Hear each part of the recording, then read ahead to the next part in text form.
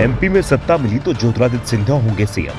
PM Modi ने कर दिया बड़ा ऐलान। ग्वालियर रैली में पीएम ने कर दिया इशारा, शिवराज सिंह चौहान हुए मायूस। आखिर सीएम उम्मीदवारी को लेकर मध्य प्रदेश में क्या है बीजेपी का प्लान? मध्य प्रदेश विधानसभा चुनाव में बीजेपी ने सीएम उम्मीदवार के नाम का ऐलान नहीं किया है। साथ ही ये जरूर साफ कर दिया है कि चुनाव में सत्ता मिली तो भी शिवराज सिंह चौहान सीएम नहीं बनेंगे। शिवराज के विकल्प की तलाश चल रही है और इस तलाश में पार्टी ने 7 सांसदों को चुनाव मैदान में उतार भी दिया है, जिसमें से 3 मंत्री शामिल हैं। साथ ही पार्टी महासचिव कैलाश विजयवर्गीय को भी इंदौर से एक सीट से चुनाव मैदान में उतार दिया गया है। केंद्रीय मंत्रियों में नरेंद्र सिंह तोमर, फग्गन सिंह कुलस्ते, प्रहलाद पटेल चुनाव लड़ रहे हैं।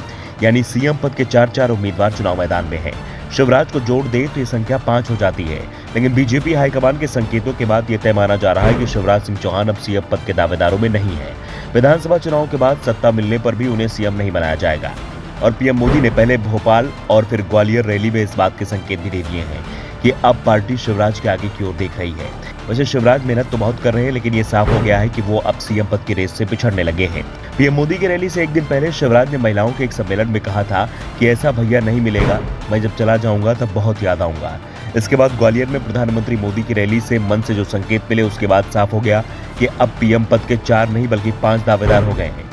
दरअसल पीएम ने रैली में शिवराज सिंह चौहान की एक बार भी तारीफ नहीं की। जब भी की बीजेपी सरकार की तो सिंधिया का नाम बंद से लेकर उनकी जरूर तारीफ कर दी। सिंधिया की तारीफ किए जाने के बाद अब यह तय माना जा रहा है कि सिंधिया अब सीएम पद के दावेदारों में शामिल हो गए हैं। सिंधिया समर्थकों की माने तो वो सीएम पद की दौड़ में सिर्फ शामिल ही नहीं हुए हैं, बल्कि सबसे आगे निकल चुके हैं। ऐसे में बीजेपी को सत्ता मिलती है तो सिंधिया सीएम बन सकते हैं और सिंधिया समर्थक तो इसे लेकर अभी से बड़े दावे कर रहे हैं। दूसरी ओर शिवराज समर्थकों में जरूर मायूसी दिखाई दे रही है। शिवराज सिंह चौहान ने रैली में प्रधानमंत्री मोदी की जमकर तारीफ की, लेकिन पीएम ने शिवराज की तारीफ में कुछ नहीं बोला। भोपाल की रैली में तो पीएम ने शिवराज का नाम तक नहीं लिया था, जिसके बाद शिवराज सिंह चौहान को साफ मैसेज पहुंच गया था कि पार्टी उन्हें सीएम नहीं बनाएगी। वैसे ग्वालियर की रैली में एक बात और विशेष रही, जैसे ही मंच से शिवराज सिंह चौहान को बोलने के लिए बुलाया गया और शिवराज माइक पर पहुंचे तो तुरंत ही नरेंद्र तोमर पीएम मोदी के कान में कुछ कहते हुए सुने गए। ऐसे में सवाल उठ रहे हैं कि नरेंद्र तोमर शिवराज के पीएम से दूर जाने का इंतजार कर रहे थे, क्योंकि मंच पर पीएम मोदी के एक ओर शिवराज और दूसरी ओर नरेंद्र तोमर बैठे हुए थे।